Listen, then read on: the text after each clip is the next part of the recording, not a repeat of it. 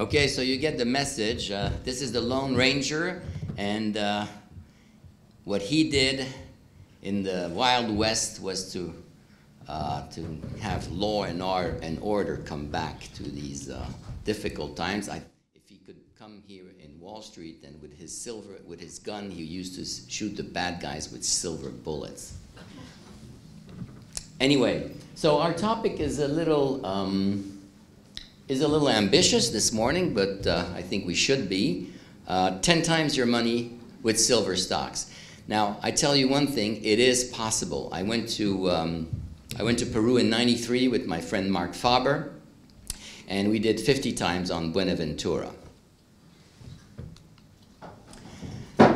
So we're going to see today where we stand in the bull market, in the precious metal bull market, review the fundamentals of silver, and why silver outperforms gold in the precious metal bull market. Then we'll see a few specific situations. My last presentation in March, I was presenting the bull market in gold, saying that we should be buying the dips. Well, as usual, I probably bought the dip, one dip too early, but if I'm right in this, that this is a bull market, it won't matter much. Nevertheless, I should have done this presentation. We still have a young bull. If you look here, these are the bull markets in precious metals shares. This is time horizon. It is still early days. A bull market in precious metal stocks lasts for years. The fundamentals for gold are still extremely bullish. As you all know, central banks keep printing. The Fed says they might stop printing, but we have to see if they'll effectively do that. Good graphics from Democracy. This shows you how very small the gold assets are and how big the 1 quadrillion derivatives market is. Interest rates are low, and more importantly, real interest rates are low. It looks to me that the US dollar has peaked. It's had a huge run. It's massively overvalued. They have a huge trade deficit with Europe. And I tell you, it's much easier for Trump to tweet and get the dollar down than to get a really interesting tax reduction bill in the Senate. Political instability is widespread. We all know about this. And more importantly, today, we always, to be able to navigate these difficult markets, it's always important to understand sentiment. Now, even the die-hard gold bugs are saying today it's a bad seasonality for gold. Don't buy any gold stocks before September because the summer is not good. On top of that, you've had a huge negativity coming from the mishandling of the GDXJ rebalancing.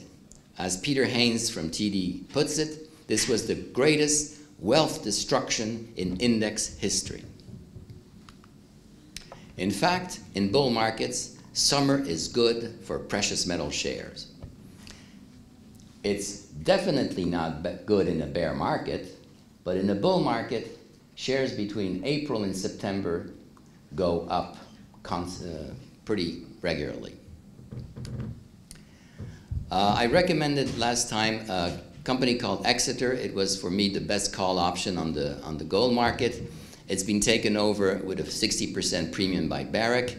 I would have wished the CEO would have been a little more difficult and have a much better premium. Anyway, I'd like to replace this today with what I consider as the best call option on gold. It's International Tower Hill. Very small market cap, $75 million, $7 million in cash, but it's a huge company. They have the 6th largest undeveloped gold property with measured and indicated 9 million ounces of gold. This is huge. and Paulson owns 19%. So this has been thoroughly researched. Just in 2011, it was up here, it's down here. If it goes back to the highs, you're talking about 20 times. So, gold's appeal is still running high.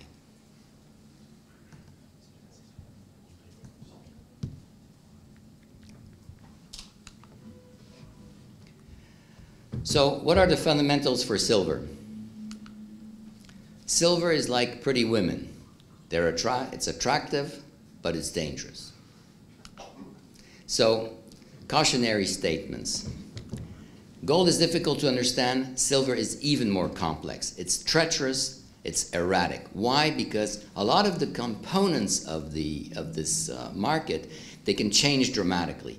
Mine production doubled from 1994 to 2015. Scrap was up 30% from 2009 to 2011. Photography was a third of the demand. That's practically disappeared. So you see, it's a lot of moving parts, and silver sometimes reacts to this, sometimes to something else.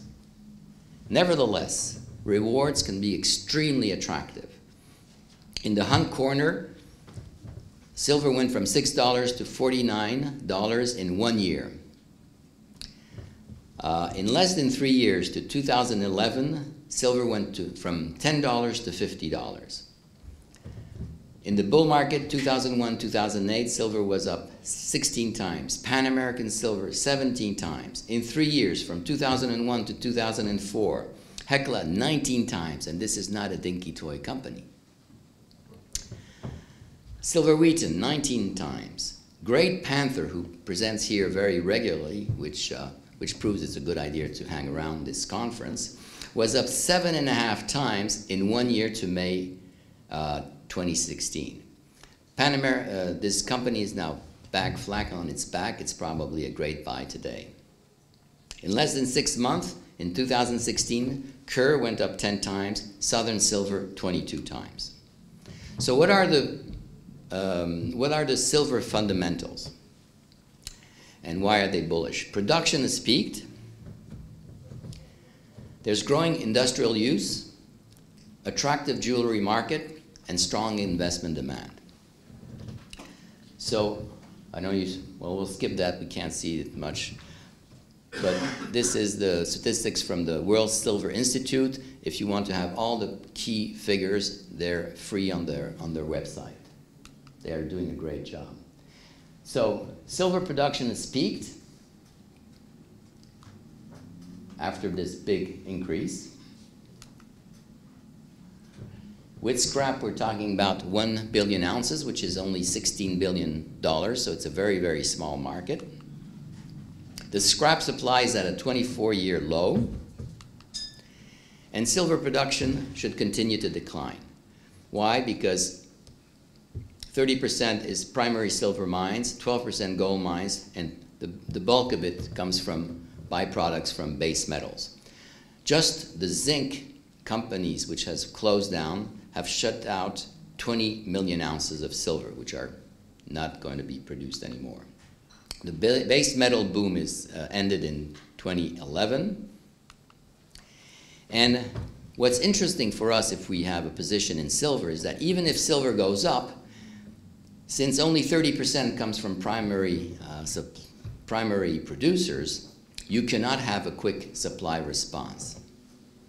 Like for gold stocks, there's a lack of exploration budgets, depletion of resources, lower grades are mined all the time, and there has been no big discovery since 1993. The stock above grounds are increasing, and that's also an unusual characteristic. In this market, more stock and silver prices go up. So you see it's a difficult market to understand. The reason is probably just that people hoard, and they're strong hands, they keep it. 3 countries produce 50% of the silver. So if anything happens to one of these countries, you can see the impact it can have on the silver market. Fresnillo, the largest silver producer, mines only 5% of the production, so it's a fragmented industry. And silver's growing silver demand, the growing demand in silver is, this market in fact is in a deficit, has been in a deficit for 16 years. So this industrial demand is eating up all the supply. Physical demand, you have 56% coming from the industry, 33% jewelry, 11% investments. So let's see first the industrial demand. Silver has unique properties: highest electrical conductivity, highest thermal conductivity, and antibacterial properties. This is why you always have new industrial applications. Just in solar panels, this market didn't exist in 2007, and now they're responsible for 80 million ounces. It was up 34% in 2016. So since you're all paying a lot of attention to this presentation, you saw the beautiful silver jewelry. Silver jewelry is doing well. You have a rising demand. If the prices go up too quickly, then of course you have a little dip for a couple of months, just like in gold. So what is the most relevant in the silver demand story? Is it the jewelry market? Is it new industrial application? It could be. But on the long run, what has worked the best is, the key driver is investment demand. We're talking here about 250 million ounces on a 1 billion ounce market.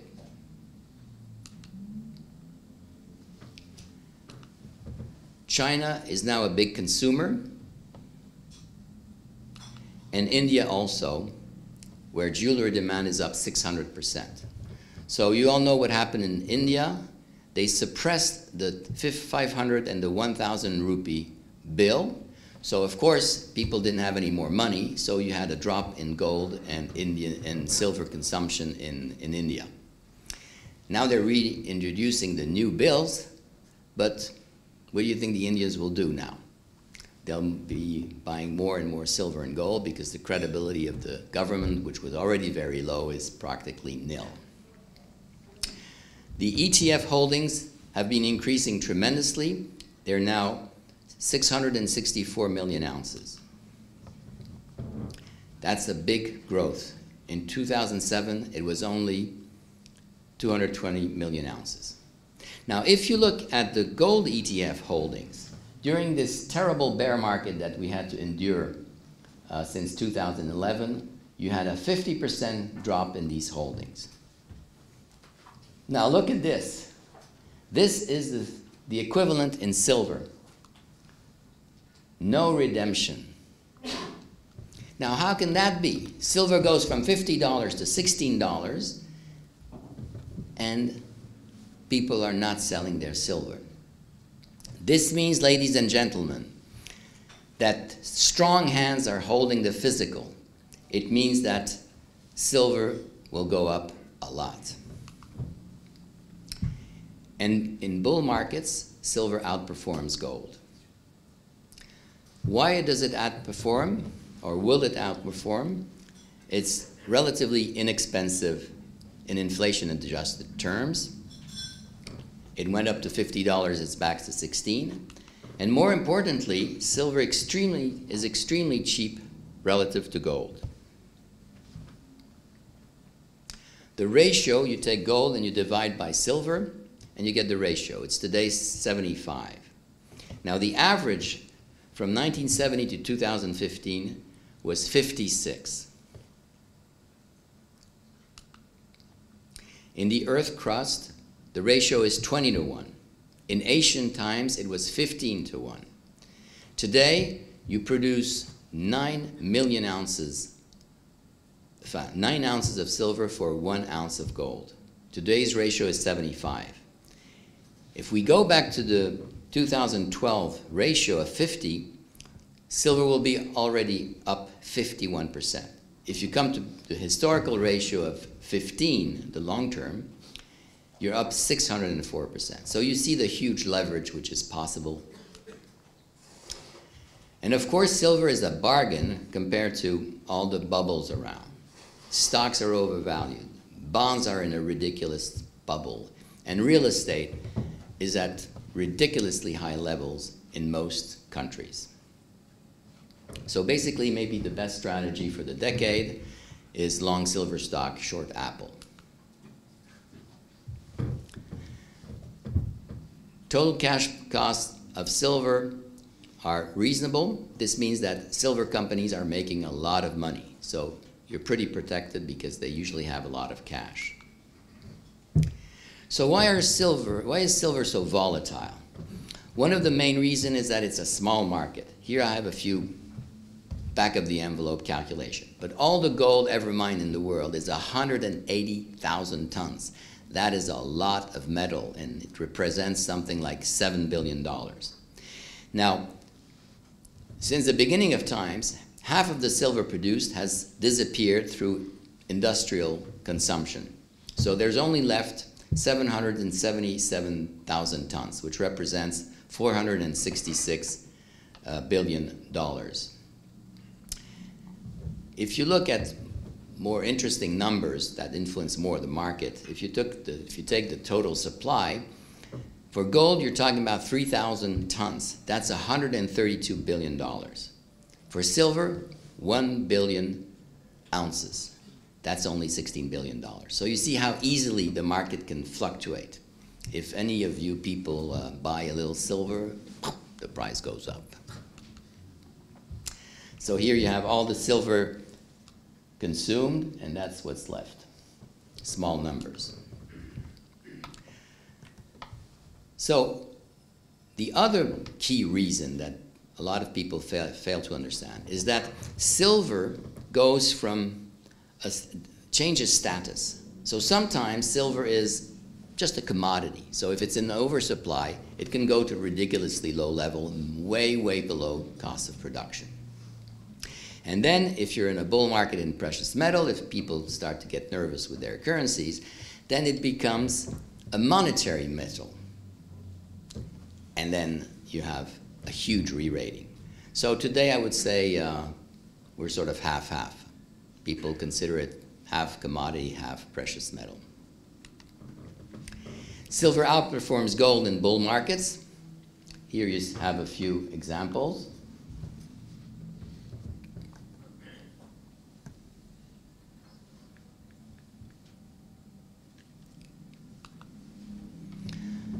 So, silver is down.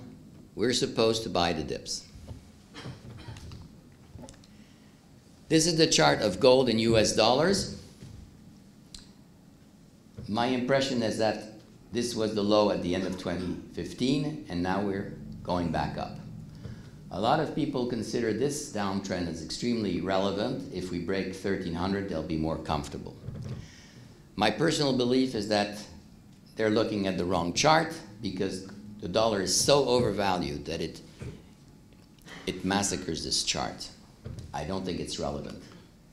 If you take the euro, the gold expressed in euro, you have a much more convincing bull market which started early 2014. Same thing for the precious metal shares, devastating bull market, huge pickup, correction, you buy the dip. Silver, same idea. Silver shares, huge run up in 2016, retracement of 61%, of Fibonacci 51%. It's consolidating. It should shoot back up to the upside. So a few examples of what could be, of stocks you could look at. In the big caps, above $1 billion market cap, Hecla, First Majestic, Pan American Silver, Mag Silver. Hecla Mining, that's quality mines. They have huge long mine life. They're in North America. It's a high-grade, low-cost. They have $230 million in cash, so this is a pretty solid investment. They're doing massive profits. 39% of revenues come from silver, 39% from gold. So it is precious metal. Great management. Strike at Lucky Friday might be an entry point. First Majestic Silver. This is dynamite. It's the purest silver play. It has the highest beta to silver prices. The management created the company in 2002. They've successfully launched 2 other companies, Silver One and First Mining, which are probably buys also now. And their CEO, Keith Neumeier, is the leading figure in the silver market. He can get this stock back up. It's 7. It used to be way up here. Pan American Silver, I've recommended this stock quite a few times here. The reason is that they have a huge deposit in Argentina called Navidad, which is not permitted. It's valued at 0 in the portfolio. If it ever gets the permits, this big company, which has 7 silver mines, can really, really move. Friday, you had this little thing. Maybe it's the turnaround. Mag Silver has been, I don't need to introduce Mag Silver. It's the best exploration company. And on top of that, their joint venture partner is Fresnillo, who is the best operator in silver.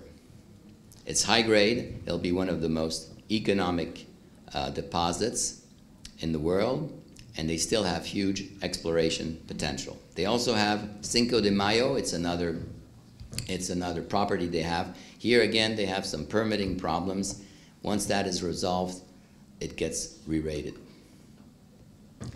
Interestingly, you see early May, it looks like MAG has turned. So has quality turned first? Is MAG telling us something on the market? A few low risk, high reward mid caps. Great Panther, Alexco, Almaden Minerals. Great Panther Silver, you all know this company. They're regular presenters here. For me, it's the best mid-tier silver growth story. They can increase production by 75% in 2018. The market cap is very low, $200 million. They're fully financed. They have 2 profitable mines in Mexico, producing 4 million ounces. This could be a $5 stock in the not too distant future. It's probably a buy today because with this stupid rebalancing of GDXJ, the stock got massacred. They had to sell 14 million shares on a small float that's huge. Everybody who had to sell the stock did it. So probably we have a bottom here. Anyway, it's easy to control your risk by putting stop loss under the lows. Alexco, this company was producing with a profit in 2011. They had a bad deal with Silver Wheaton, so when the price of silver went back down, they were going to have losses. The CEO protected the investors and stopped production. He renegotiated the contract with Silver Wheaton, which is now much better. They're going to go back into production, and this production will be even more economical than before because they have made a huge discovery with 2 kilograms per ton of ore.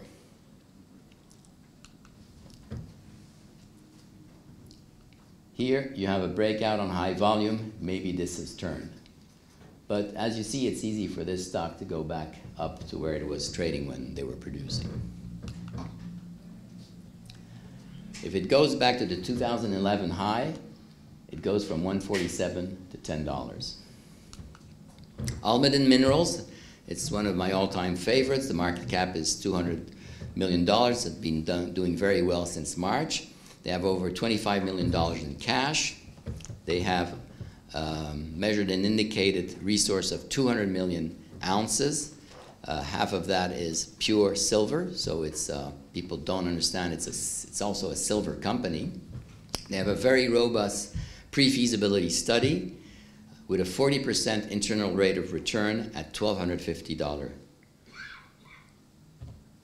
CapEx, only $117 million in Mexico. This, ladies and gentlemen, will be taken out.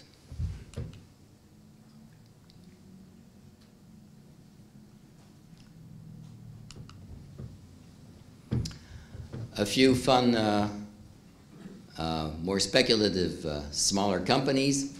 Orcana, they have that's a very unusual situation. So you have a company whose market cap is $27 million. $120 million have been invested in this project. The project is fully permitted. The project is fully funded to production. And they can start mining, they can start production within 3 months of the decision. So the day the CEO says, I'm going to produce, 3 months later they're in production. Then you have a huge re-rating of the stock. It's broken down the trend line, but it's such a small stock, I don't think this is very significant. But what is very, very clear is that this is an extremely undervalued situation. Dolly Varden is an exploration play. Market cap is $20 million. You're paying a very low $0.64 per ounce in the ground versus 1.6 on average. And what makes me confident on this exploration play is that Hecla wanted to buy them, but management knew they had something very big, so of course they didn't want to buy. They have a new CEO with Gary Cope, ex-Orco Silver. So I would say this ranks in a promising exploration play. Abra Plata Resources, market cap is $33 million. They have 155 million ounces of silver equivalent. This means that it's about 2 million ounces of gold. So you have 2 million ounces of gold for a market cap of $33 million. This is cheaper than Google. Their drilling starts again in June. They have a previous PEA, so it's easy for them to redo a PEA, which will be available probably within a year or so. They have $4 million in cash. Silver Standard owns 19% and management 14%. Again, a very, very undervalued situation. Bitterroot Resource, this is pure grassroots exploration. They have 29 million shares outstanding. The market cap is $5 million. They have an old high-grade silver mine, which was mined between 1874 and 1921. And the reason why I'm interested is that John Wright is involved, and he's the former COO of Pan American Silver and ex-director of Lumina Copper. Ladies and gentlemen, thank you very much for your attention. I hope I've given you a few ideas on silver. If you want to discuss anything further, I'm around for the whole day. Thank you very much.